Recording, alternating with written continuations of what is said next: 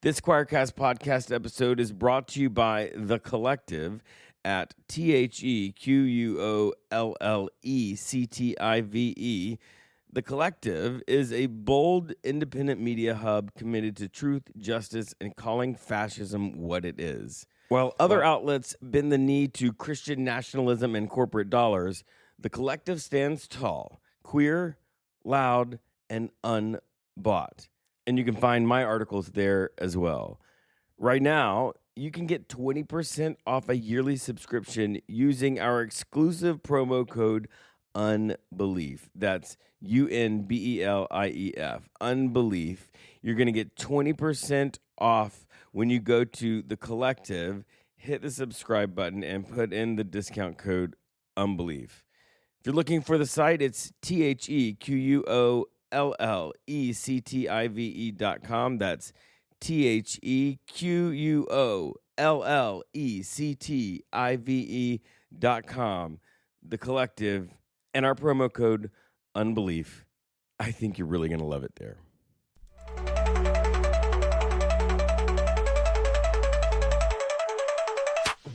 Welcome to the Unbelief Podcast, your journey, actually our journey together beyond inherited beliefs to a spirituality that works for you. I'm your host, Jeremy. I'm a deep skeptic, also a pastor. We can fix that later, right? No? You've made it to another Unbelief Podcast. Today, we are interviewing Lori Weavers. She is a religious trauma therapist, and it is an absolutely fascinating interview. The only problem is, when we recorded it, our mics were not set up correctly, and so we've had to do some reconstruction. There will be a couple of moments in this recording where words will drop out, but it was such an important interview that I really felt like, even with the problematic audio, it was worth releasing, and I hope you will enjoy it as much as I did. I'm just so thankful that you are here with me today. I'm thankful to be here. Yeah. Lori and I met, there was a showing of the film 1946, and you were standing outside. Like, tell me how did that happen? Yeah. Well, it's actually funny. My chosen parents told me about the film that they had seen 1946, I don't know, months ago. And then I had a client bring up that they were showing the film for the World Crime Film Festival. So I was like, these people who may have religious trauma might also come and see this film. Right. Fancy triggered by this film, essentially. Right. And so I just messaged the people in charge and was like, hey, can I come hand out little packages of Kleenex in my card at the entrance of the film? Those were really... Yes. I know, for me too. Yeah. So just to offer support to people, because when I started doing religious trauma, it was an overlooked piece in psychology. Now it's much more recognized. I'm a part of, listservs of religious trauma therapists all over the world. Right. So. Yeah. And I remember the first time I encountered the term religious trauma. Like, as soon as I heard it, I was like, oh, that's... and then I found the Religious Trauma Institute, I think is what it's called. Okay, yeah. Which they have some training for professionals, but also some introductory thing for people who are not going to be doing here. Yeah. Which I don't. I'm a pastor. I actually have a half of a master's in what would have been an LPC, but it was, I realized that was not the path, but I still do not practice any sort of therapy because I'm not qualified. Also, if you ever have a pastor to give you marriage therapy or any sort of preach, just preach, get up and walk out the door, or if you feel too bad, just ignore what they say. Yeah. and then don't call them back. Yes, especially if they tell you just to pray about your child. Oh my God. Yes. No. Okay, so let's talk for a second. Because when I say religious trauma, it is like it was ignored by psychology for a long time. Maybe not, I don't know, word may be strong, but like when I see it in a podcast or in a video that I do on social media, there's always a significant number of people, and I would say that it's people across the ideological spectrum, probably more conservatives than progressive, that aren't sure if it's real.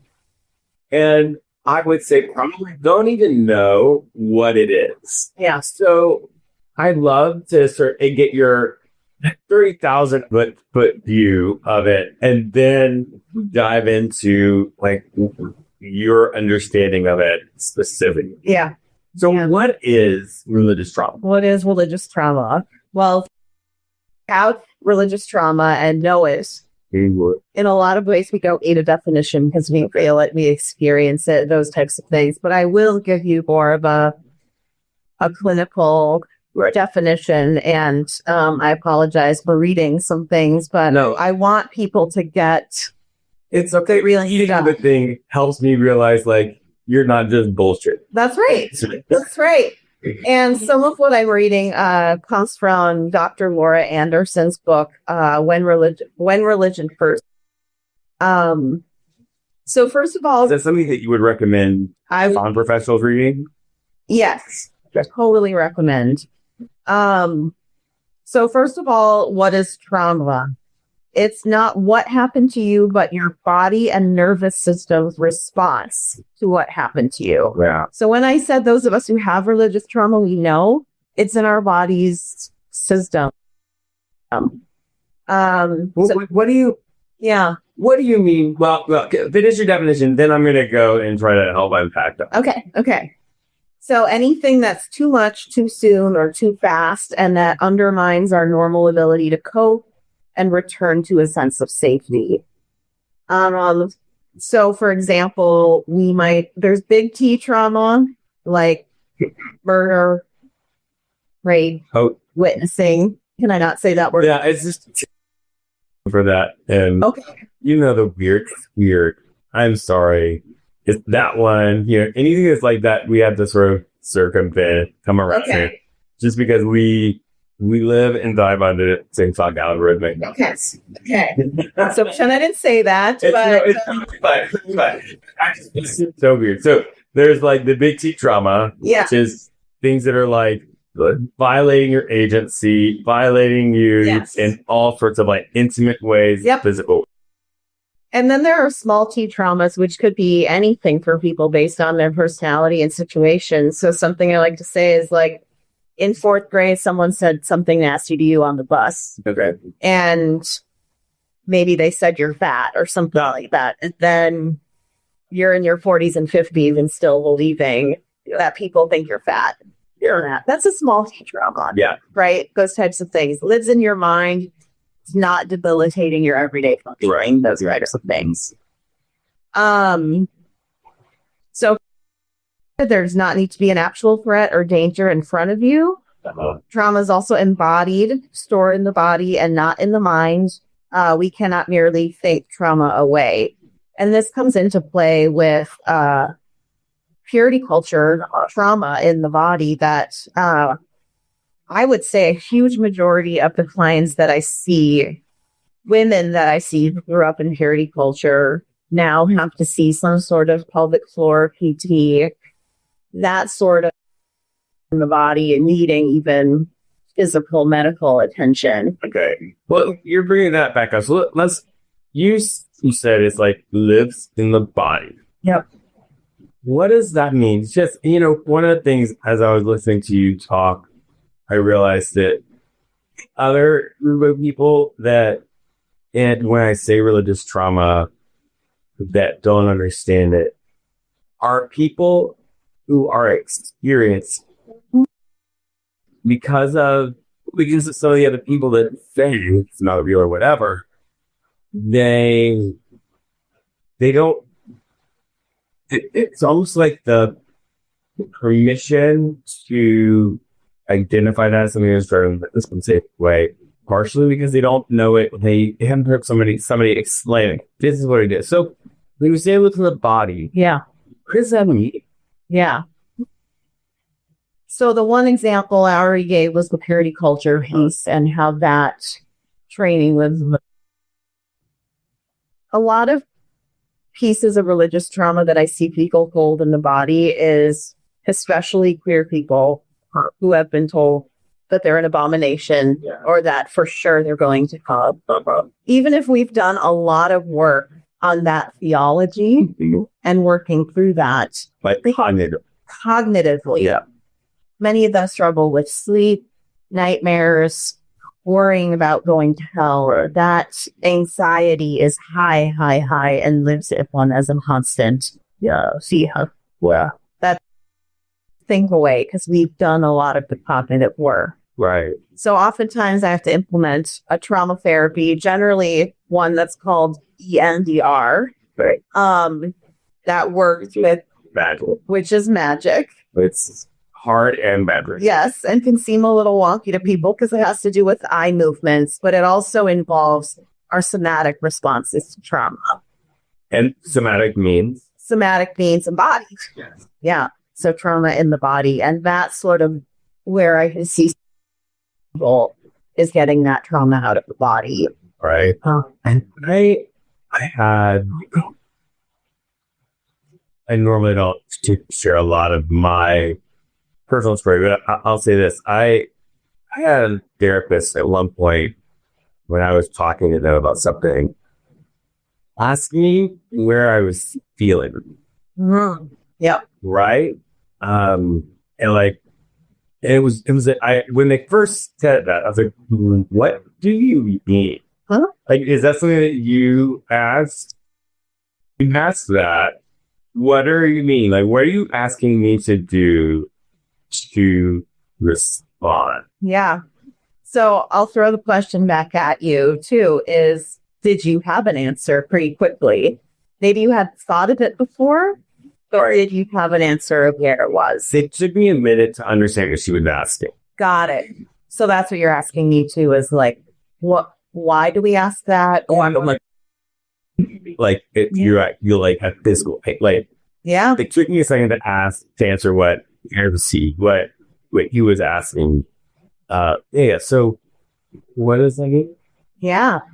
So, Because it sounds, how we call it, so you thought it's a little woo-woo? which is fine. I am a little woo woo. I'm very woo. I'm very woo woo. But it was one of those things. I was like, what was that Californian therapy? Yeah, no, that's a trauma question because we know that trauma doesn't live only in the mind. Yeah. You know, we think about mental health only being here and then being cut off from the rest of our body. Yeah. Which, What are you asking somebody to do when you ask them? yeah, like when you think about that trauma, where does it show up in your body? So it's in your head when you hear about it. Is it also somewhere else? So what makes somebody sick? Yeah. Really common chest, throat, stomach. And what feeling? Emotion. Yeah. Yeah, I mean, I mean, like when you say where do you feel it in your body? Are you talking about physical? Right. Right. Yes. Thank you. So EMDR usually asks for a sensation and an emotion. So do you feel tension in your chest? Do you feel tingling in your arms? Do you feel, I know, a headache all of a sudden come on? Those types of things. Right. So that somatic feeling, sensation, and then also like what emotions also. Right. One of the things that I think is that there's being brought up EMDR, which is fascinating. And when you hear it, it doesn't make sense. So I'll just talk in normal non-trained people terms. Like you will have somebody like let me see if I can get it to where people will see it on both lives. Right? But they will, like, you will have somebody take their fingers or some sort of thing on, they'll move it back and forth, and you will track it, right? Or on Light Bar, Light Bar, like hit from Knight Rider with a light going. Yes. That stuff is not, sometimes a buzzing in one of your hands, and but that's doing something in the brain. What's happening in the brain when they're... Yeah. Okay. So here's my EMDR spiel. Okay. So first of all, EMDR stands for eye movement and reprocessing. So my spiel is that you have memory of like what you ate for breakfast this morning. Right. And you're not super thinking about it all day long, like what you ate for breakfast. It just goes from the emotion side of your brain to the thinking side of your brain and into your memory bank. You're not super conscious of it. Something like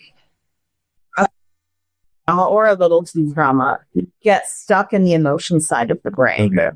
So let's say you were in a car crash or someone rear ends you. So every time you pull up to a stoplight now, you kind of cringe and like brace for impact. Yeah. Because anything coming close to the trauma that actually happened brings up a reaction in the body. Right. And so what EMDR does is help move that stuck memory from the emotional side of the brain into the thinking and into the memory bank through eye movements. And I know that this is the oversimplification, but the emotion side of the brain, that's the left. It's in the left lobe, kind of, and then like, or whatever, and then one is the other side. Yeah. And literally, you are activating both sides. Yeah. As you're processing the trauma. Yeah. Right? Is that right? It has to do with bilateral stimulation. Right. And that meaning we have a meridian line that runs through sort of the center of, and one side being the cognitive and one side being the creative. And so EMDR helps cross the meridian lines in the brain, and that is what helps move it through the thinking side of the brain and into the memory bank. And I know so many people that when they're psychologists, whatever, that suggested EMDR, they thought they were crazy. Mm-hmm. And then they come out of, the sessions are hard, but they come out on the other side of this. Like, I can't believe how much healing was accomplished by thinking about my trauma and moving my ox into the same. Yeah. Yeah. Yeah. It's amazing. And I also use a new word trauma therapy, also called internal family systems, that folks probably have heard of. But within the scope of religious trauma, it's like, just like you have a family on the outside or your chosen family or whatever it is of people, you have these individual parts of you inside of you that you've gotten along the way that have protected you or kept you safe or kept your life going or whatever. So one could be a really religious part that keeps telling you that you're going to hell. You could have a really progressive part that's done their work and, figured out some, or responded to some therapy, those types of things. And sometimes they're in conflict. Right. So getting to know those parts too, which probably for some people, all of this is sounding cuckoo bananas. But yes, listen, the trauma is really weird. Yeah. I have a really good friend that I know very well, that their trauma was so significant that it caused amnesia, where they literally didn't remember it. Yeah. Until they were decades later. Yeah. And it just like a movie, it almost feels like that's not possible. But it's what happened in their brain to protect them. Yeah. It's almost just, it's so, I don't know, it's just a weird thing, I feel like. And because we don't talk about, in the same way we talk about depression or anxiety, we talk about those things all the time, Yeah. but not treat. Right. Right. So we said it's located in the body. It doesn't require like an immediate danger, Correct. right? It doesn't require an immediate danger. What are some of the other aspects of trauma? Of trauma, or do you want me to move into religion? Religious trauma. So like, Yeah. there's all of that, and then you add. Yeah. So religion itself is not trauma. Okay, that's good, right? Mhm. That's really important. Yeah, I mean, you might have some people comment that may beg to differ depending on lots of different pieces, but Right. um, No, I will. I will. And that's okay. Okay. But it is important to understand that, at least from a clinical perspective, religion itself is not necessarily. Yeah. Okay. mhm. So I would talk about both religious trauma as complex trauma, Uh-huh. and religious abuse, because all of them sort of swim in the same stream Okay.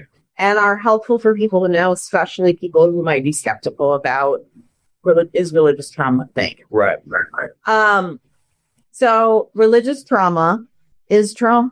No. It's the trauma that results from a single or multiple experience that happened in a religious system or within relationships. Right. So I like to jump into religious trauma as complex trauma because I think a lot of us who have religious trauma have complex trauma. What is complex trauma? Yeah. So complex trauma is not just one specific overwhelming incident, Uh-huh. but an entire life defined by something traumatic. So it could be religion, weren't just at a place of worship, but we're also in the home, which, or many of us, for me, I grew up really fundamentalist religious, like it absolutely translated to in the home. And because it was in the home, then the trauma and dysfunction in my home was also part of religious trauma. It was sort of like trauma and religious practice and those types of things. Right. So many of us can experience this as like not being able to escape as a child because it was just part of family life. So our parents, our caregivers were promoting these messages both in public and in private. And the complex piece that really gets tricky for people when it comes to maybe attachment in other relationships later in life or post deconstruction or those types of things. Many caregivers and people who loved me were also the people who enforced these rules and punishments for not abiding by the religious teachings. You know, for me, my dad always threatened that we get it. He got home if we did go up for the children's sermon. You know, if we weren't perfect at church, in all of our bedrooms, like a block of wood at the top of each door. Be like, you get stick if you didn't go for the children's sermon. That was with You would get spanked. Yeah, with it. And, you know, I remember my brother after church did go up for the children's sermon, coming home quickly after Sunday school and shoving his dresser in front of his door, you know. Yeah. It's hard. It's hard for you when it happens to you. It's also secondarily pervasive from your brother. Yes. Yeah. Yes, I also have to hear it when it happens too. Right. You know? So yeah, this part of the very people who are supposed to be a source of safety and stability are also a source of terror and confusion. Yeah. So some people have this with their ministers that are supposed to be like who you learn from and lead and those types of things. Maybe there's something that happens in private that's abusive. Try not to use intimate encounters. Yeah. Where they do things that violate people's agency. That's right. Yeah. Yeah. And then for a lot of us, it paralleled our home lives. Yeah.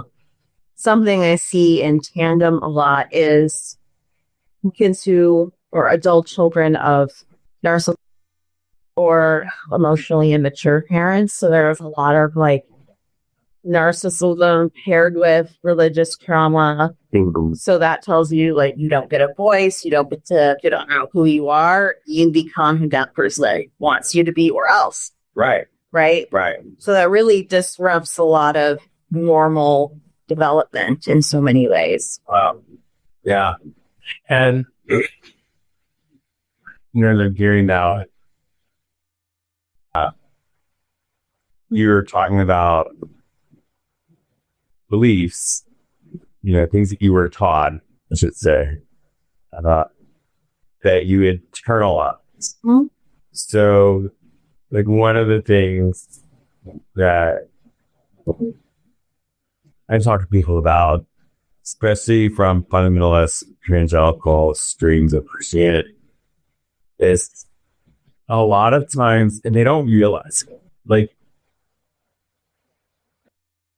choose our beliefs, all of them. But sometimes the way that we've chosen is that we've given that choice over somebody else, either actively or passively. Yeah. And so a lot of people have what I call them inherited beliefs. Yeah, absolutely. Right? And they don't even realize it. They're deeply held, sometimes fundamental oriented world, right? Not even just to God. Yep. Like, I can't question a percent of both, right? Yeah. Which is the deep things that come out of these religious streams. Yeah. And I feel like, and maybe you can tell me, it feels sometimes when I listen to their stories that some of those deeply held beliefs end up causing, indirectly, causing more trauma because of how they teach them to act in the world. Yeah. Mm-hmm. Am I off base with that? Not off base. I mean, I think what you're talking about is taking people's agency to decide for themselves. Yeah. And, oftentimes, I'm sure many of us have experienced sort of the threat of following Jesus. Like, you better follow Jesus rather than I will follow these beliefs because of love. It's what I'm naturally coming to, but like fire insurance, right? As we've all heard. Yeah.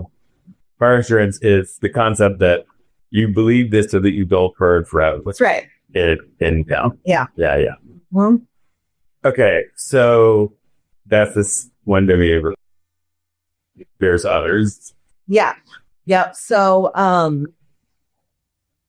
I will say, religious abuse is abuse, but what is abuse? So abuse is just the improper use or treatment of something or someone.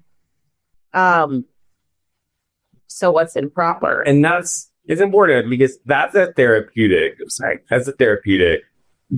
depth, which a lot of times people have a legal definition for abuse. When they're using that term, they're thinking like, what would you get arrested for? Sure.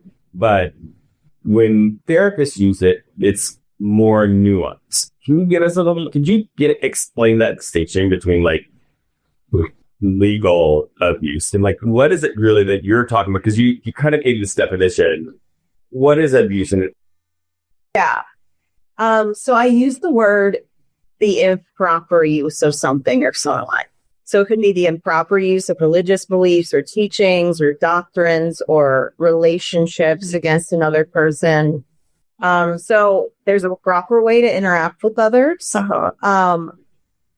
And much of what is proper and improper is culturally defined. Right. So an easy one could be like abusive or non-abusive, but again, what is abuse? Right. But this emphasis on the cultural definition of proper and improper being abusive or non-abusive has protected religion from scrutiny. for centuries. And why is that? Because they can be like, well, it's improper for women to pass the offering plate on Sundays. Right. So improper. Right. Patriarchy. Right. Yeah. Or calling that bad theology, or like, or in purity culture, this idea that, that women need to dress modestly because they might cause a man to arouse. Yeah. However, the underlying thing is that I'm responsible for their thoughts. Yeah. Right? Mm-hmm. So that's an improper, and we said, no, unfortunately, I wish I could say never, but we support that with the Bible, the religious tools. Yeah. And we call that spiritual bypassing. Oh, I love this term. Yes. Can you tell me. Yes. Yes. Using spirituality to bypass underlying abuse, trauma, or patriarchy. Some things. For example, when I was confronting my parents on the harm that was caused in our family, and telling them that they needed to admit to that so our family could heal and get some help so we don't keep causing harm. And their immediate response was, we will not do what you say. We will fix it with God. That is a spiritual bypass of not wanting to take responsibility themselves for harm, but easily slap a Christian phrase on there. Right. And they feel like they're following God. Right. In certain case of purity culture, tell me if I'm understanding this concept correctly, that it's in case of saying like women need to dress modestly because they might cause a man to be aroused. That is bypassing the men's, job of owning their own thoughts and their own emotions, their own reactions, and generally how they act on those. That I think is mostly, but just bypassing that. Yep. And this also infills all of this like perception problem. That's right. Gaslighting. Yeah, for sure. Spiritual bypassing and gaslighting. So there's especially women in marginalized nations are the ones who carry the burns, right? Yeah. It's oftentimes white men who are the ones not taking responsibility. Yeah. And having other people take the responsibility for their actions. Yeah. Wow. Are there other domains that we haven't touched on? Okay, so now, okay, with that sort of basic understanding of religious trauma, there's big T, which is when we say trauma, we often physical violence, indirect violence, those kinds of things. And then there's little T trauma, which in the religious sense could be, I don't know, take every thought captive to Christ. Right. That you should be able to micromanage all of your thoughts. Right. And that might be a small T trauma. Yeah. And all of that, so what links all that together? So like what, I guess at the meta level, what is the trauma? Like what's trauma?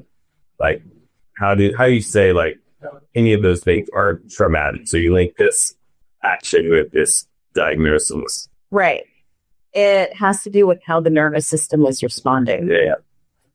Yeah. If I have someone like who can't talk through an experience they had taking the Eucharist and they have panic attacks while they're talking about it. Yeah. Yeah. Someone could say like, they're not traumatized by that. Like, well, your body's showing you that something is happening here. Right. And that something was not okay. It is still not okay with your system.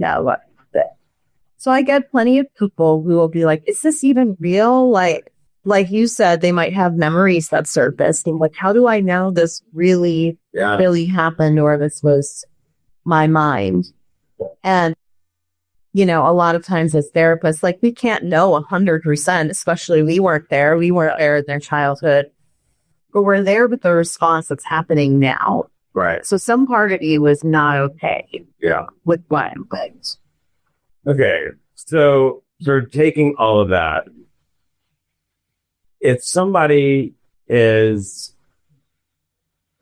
trying to figure out, do I have, outside of going to a therapist, we'll get to that next, like, what would you say to them to answer that question, that initial self-diagnosis, like, maybe I need to talk? It's like, what questions could they do on their own to say, to get to a place where they say, I might actually help? Yeah.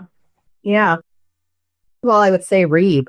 You know, if you have access to a library or something like that. The book that I mentioned before, when Religion Hurts You. Also, Dr. Hilary McBride has a new book out called Holy Hurt. Start reading some books about religious trauma and see if you find yourself within those narratives. A psychologist, like, I believe she's a psychologist, or maybe she's just an astrophobia, I can't remember. Marlene Winnell, she wrote a book called Leaving the Soul. Good. And she talks about religious trauma syndrome. Okay. So I can just say what she's saying. Right. She is a doctor. Okay. Religious trauma syndrome is the condition experienced by people struggling with leaving an authoritarian, dogmatic religion and coping with the damage of indoctrination. They may be going through the shattering of a personally meaningful faith and or breaking away from a controlling community and lifestyle. Religious trauma syndrome is a function of both the chronic abuses of harmful religion and the impact on connection one's faith. Yeah. It can be compared to a combination of PTSD and complex PTSD. So, if they are leaders, what questions? Your podcast. What questions could they ask? Just that's sort of it. Just so, like, Yeah. I'm just trying to say, like, okay, do I need to call somebody? Like, what questions are there? What would you say? Like, what would they ask?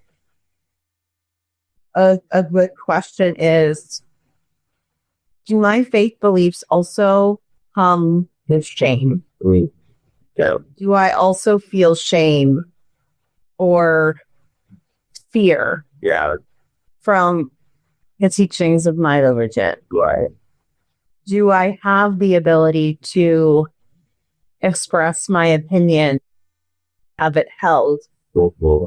Or do I have to follow a set of beliefs to be in? Yeah.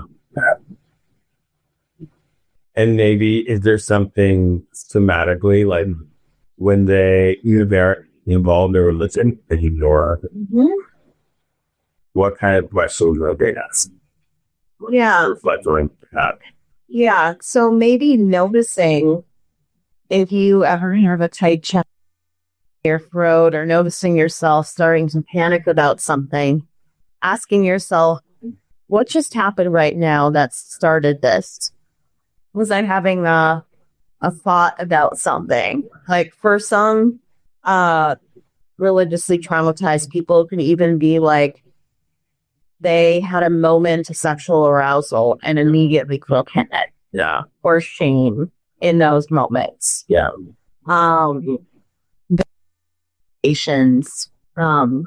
Your sexuality should not feel like shame. Yeah. Well. Okay, so how do you find a therapist that can help you with religious trauma specifically? What are you? Yeah. I mean, it's really, obviously I'm biased because I am a religious trauma therapist who's experienced religious trauma. And I feel like therapists who haven't experienced it themselves miss a whole lot of things. So there's a place called reclamationcollective.com, and they do a lot of therapeutic. They can't call themselves therapists because they go across state lines or those types of things. They offer a lot of religious trauma groups, and there's also a therapist directory for religious trauma therapists. Where is it? Reclamationcollective.com. Okay, great. So there's some good information on there. And always with a therapist, like just because someone's a therapist doesn't always mean they're safe, unfortunately. Right. So also as you like consult with a few of them, get on the phone with them. How does your body react to being in conversation with this person? Give them vague religious comments that make you feel uncomfortable. Right. Take note of that. Yeah. Because you don't need to be feeling those things. You should not be feeling those things from your therapist. Right. So there's plenty of different genres of religious trauma too. If you grew up Jehovah's Witness or Mormon or Christian out there, doing that. And if you can't find someone in your area on Reclamation Collective, you can always reach out to me. I'm really connected with religious trauma therapists everywhere. So, And how would they reach out? so my Instagram is Willow Tree Wisdom and Psych. They could also .com. That's just my Instagram. Okay. Oh, Instagram. Yeah, Instagram handle is Willow Tree Wisdom and Psych. And if you want to email, my email address is Laurie, LAURIE, at LaurieWeaversLLC.com. And Wait. I'll have you put in my website too. I don't memorize. No, that's really fine. Okay, so thank you so much. Oh, that was so helpful. I really appreciate you being. No, thank you. That's it. That's the podcast. Shout out to the Choir Network, to Patheos, to Matthew and Keith, who make everything happen. Now, get out of here. Go do something to make the world a better place. Okay? We'll see you next time.